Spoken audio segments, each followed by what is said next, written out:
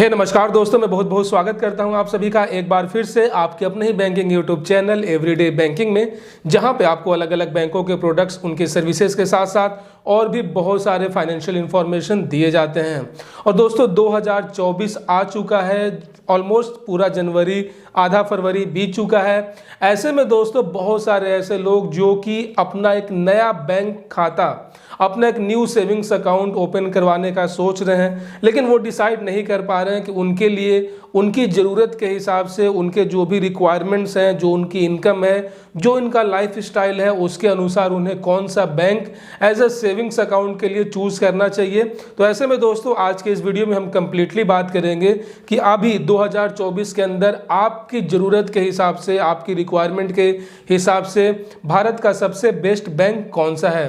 दोस्तों आपको पता होगा कि पूरी दुनिया में भारत ही इकलौता ऐसा देश है जहां पे निजी और सार्वजनिक क्षेत्र के, मतलब कि सरकारी और प्राइवेट बैंकों की संख्या सबसे ज़्यादा है। बहुत सारे ऐसे विकसित देश हैं जैसे अमेरिका, चाइना, जहां पे केवल 3, 4, 5 मैक्सिमम 6 बैंक ही होते हैं।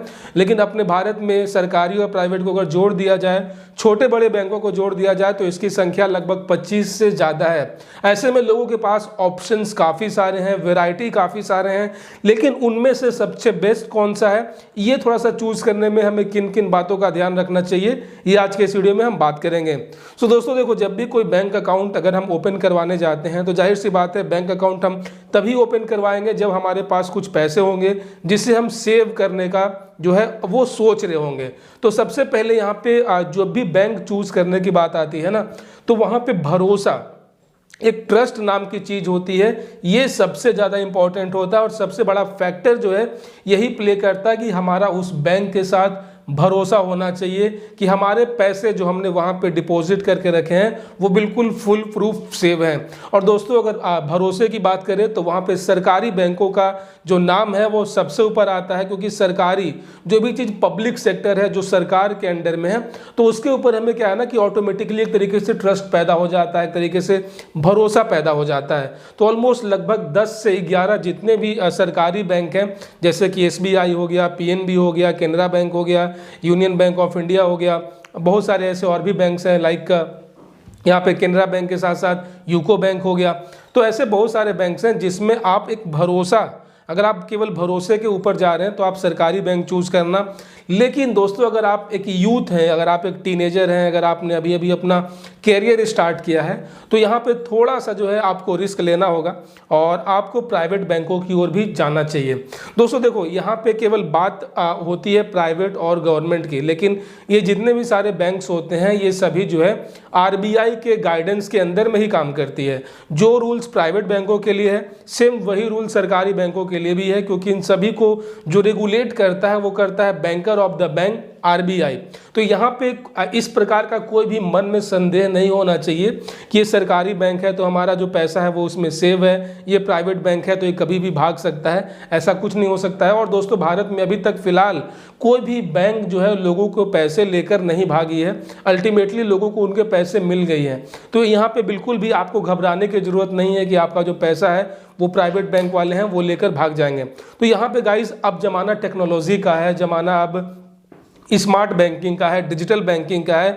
और जब से इंडिया में UPI आया है तब से जो है एक अलग ही लेवल की इंडियन बैंकिंग सेक्टर में क्रांति आ गई है। लोग पलक झपकते ही बिना अपना अकाउंट नंबर शेयर किए ही लोगों को पैसे ट्रांसफ़र कर देते हैं या फिर पैसे रिसीव कर सकते हैं। तो ये जो डिजिटली जो ट्रांसफॉर्मेशन हुआ है, ये जो क्रांति आई है इंडियन बैंकिंग सेक्टर में, तो ये लाने का जो श्रेय है वो प्राइवेट बैंकों को ही जाता है। इंडिया में अगर पहली बार किसी ने ATM फैसिलिटी लाया था तो वो हमारा प्राइवेट बैंक ICICI ही था।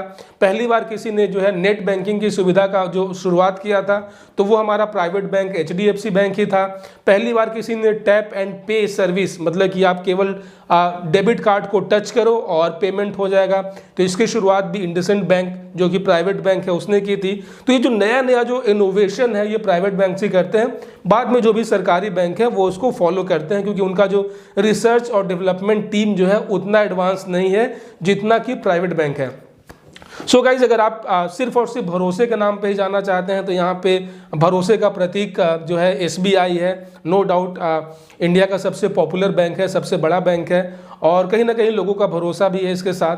तो अगर आप सिर्फ और सिर्फ भरोसे पे ही जाना चाहते हैं, अब बाकी आपको कुछ नहीं चाहिए, डिजिटली आप उतना एडवांस बैंकिंग को नहीं चाहते हैं और आप सिर्फ और सिर्फ अपना एक सेविंग्स अकाउंट के अंदर पैसे डिपॉजिट करना चाहते हैं, तो यहाँ पे SBI से बेटर नो डाउट कुछ और नहीं हो सकता है। यहाँ पे मैं प्राइवेट बैंक को रिकमेंड नहीं करूँगा।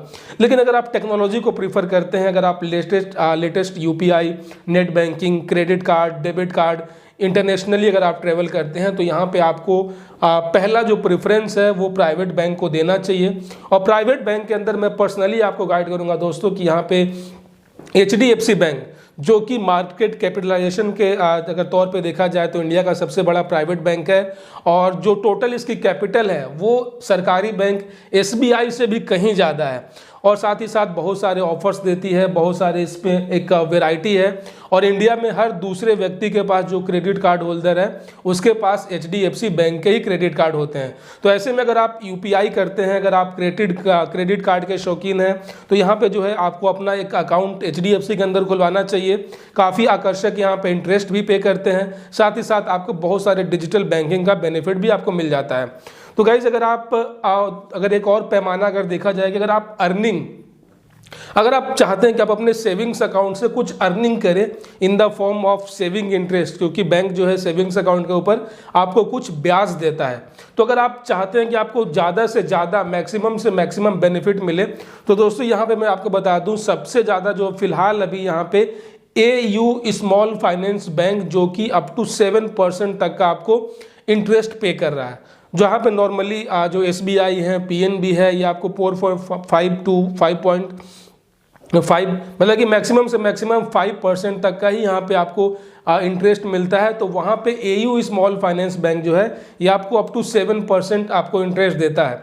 तो अगर आप इंटरेस्ट ज़्यादा से ज़्यादा इंटरेस्ट चाहते हैं तो यहाँ पे आपको AU स्मॉल फाइनेंसिंग बैंक को आपको यहाँ पे उसके साथ जाना चाहिए।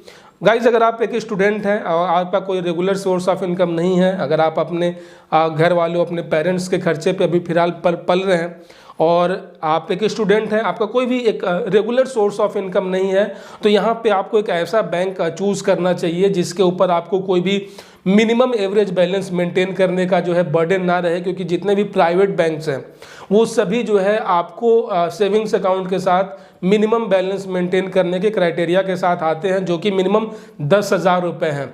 अगर आप एक स्टूडेंट हैं तो 10,000 रुपये मेंटेन करना काफ़ी मुश्किल होता है। ऐसे में दोस्तों मैं आपको रिकमेंड करूंगा कोटक 811, जो कि एक फुल्ली जीरो बैलेंस अकाउंट है। इसमें आपको कोई भी बैलेंस मेंटेन करने की ज़रूरत नहीं होती है। इसके साथ आपको free of cost debit card मिलता है, जो कि काफ़ी बेहतरीन है। जाहिर सी बात है, कोटक महिंद्रा बैंक का जो कार्ड सेक्शन है काफ़ी ज़्यादा पॉपुलर है और इसके साथ साथ आपको डिजिटली बैंकिंग की सुविधा मिल जाती है। घर बैठे आप एक ऐप डाउनलोड करके ही कोटक 811 का जो है zero balance savings account open कर सकते हैं। इसके साथ आपको कोई भी मिनिमम एवरेज बैलेंस मेंटेन नहीं करके चलना पड़ेगा। उसके बाद गाइस बात कर लेते हैं सैलराइज्ड पर्सन के लिए, जो कि सैलराइज्ड पर्सन है जिनका एक रेगुलर और एक फिक्स सोर्स ऑफ इनकम है। तो जाहिर सी बात है वो थोड़ा सा इन्वेस्टमेंट के लिए भी सोचते हैं, थोड़ा सा लाइफ में ग्रोथ के लिए भी सोचते हैं। तो उनके लिए दोस्तों यहाँ पे ICICI बैंक जो है काफ़ी बेहतरीन एक विकल्प हो सकता है, क्योंकि यहाँ पे आपको सैलरी अगर आपके पास है तो एक रेगुलर सोर्स ऑफ इनकम है। आप इसके मंथली SIP को भी ज्वाइन कर सकते हैं, ICICI म्यूचुअल फंड में भी इन्वेस्ट कर सकते हैं। ICICI का अपना एक सिक्योरिटीज़ करके एक डीमैट अकाउंट होता है, उसको ओपन करके भी आप कहीं ना कहीं थोड़ा सा शेयर्स को बाय कर सकते हैं, आप थोड़ा सा स्टॉक कर सकते हैं, आप ट्रेडिंग कर सकते हैं। तो यहाँ पे अगर आप एक सैलराइज्ड पर्सन हैं तो आपको ICICI बैंक के साथ अपना एक सेविंग्स अकाउंट ओपन करना चाहिए, ताकि आप और अपने पैसे को और ज़्यादा इंक्रीज कर सकें और आप थोड़ा सा एक फाइनेंशियल नॉलेज गेन कर सकें। लास्ट में बात कर लेते हैं गाइज, अगर आप एक सीनियर सिटीज़न है, सीनियर सिटीज़न मतलब कि ये कि लाइफ में सब कुछ कर लिए, अब जो है आप रिटायरमेंट को एंजॉय कर रहे हैं, अब आपको जो है ज़्यादा दौड़ भाग करने की ज़रूरत नहीं है। आपको जो है एक अच्छा आपको इंटरेस्ट चाहिए, आपको एक अच्छा बैंकिंग चाहिए। तो यहाँ पे दोस्तों मैं बता दूँ, यहाँ पे एक्सिस बैंक, जो कि एक्सिस बैंक के अंदर एक स्पेशल एक सेविंग्स अकाउंट है सीनियर सिटीजनशिप का। इसके अंदर होता ये है कि आपको जो एक्सिस बैंक के जो एग्जीक्यूटिव होंगे वो सीधे आपके घर पे आएंगे, आपको असिस्ट करेंगे, एक पर्सनलाइज्ड आपको एक डेडिकेटेड पर्सनल रिलेशनशिप मैनेजर मिल जाएंगे जो कि ऑन कॉल आपके घर पे विजिट करेंगे। कैश डिपॉजिट करना हो तो वो कैश लेकर जाएंगे, अगर आपको कैश विड्रॉ करना है तो उसके एजेंट्स आपके घर पे आ जाएंगे, अगर आपको एफडी करवाना है तो आप उसके एजेंट्स आपको घर पे आ जाएंगे। कहने का मतलब ये है कि एक्सिस बैंक सीनियर सिटीजनशिप के इस अकाउंट के तहत आपको घर से निकलने की कोई ज़रूरत नहीं है, घर बैठे ही आपको सारे बैंकिंग फैसिलिटीज़ जो है आपको अवेल हो जाएंगे। सो गाइज, ये था एक छोटा सा एक विश्लेषण की 2024 के अंदर आपको अपनी ज़रूरत के हिसाब से, आपको अपने अर्निंग और अपना एज ग्रुप के अनुसार आपके लिए कौन सा बैंक बेस्ट रहेगा। I hope you like this video. और गाइज, अगर आप हमारे यूट्यूब चैनल एवरीडे बैंकिंग पे पहली बार आए हैं, चैनल को सब्सक्राइब कर दीजिएगा, नोटिफिकेशन बेल भी ऑन कर दीजिएगा ताकि अगली बार से मैं कोई नया और लेटेस्ट वीडियो लेकर आऊँ तो आप उसे मिस ना कर सकें। अपना बहुत सारा ख्याल रखिएगा। जय हिंद दोस्तों।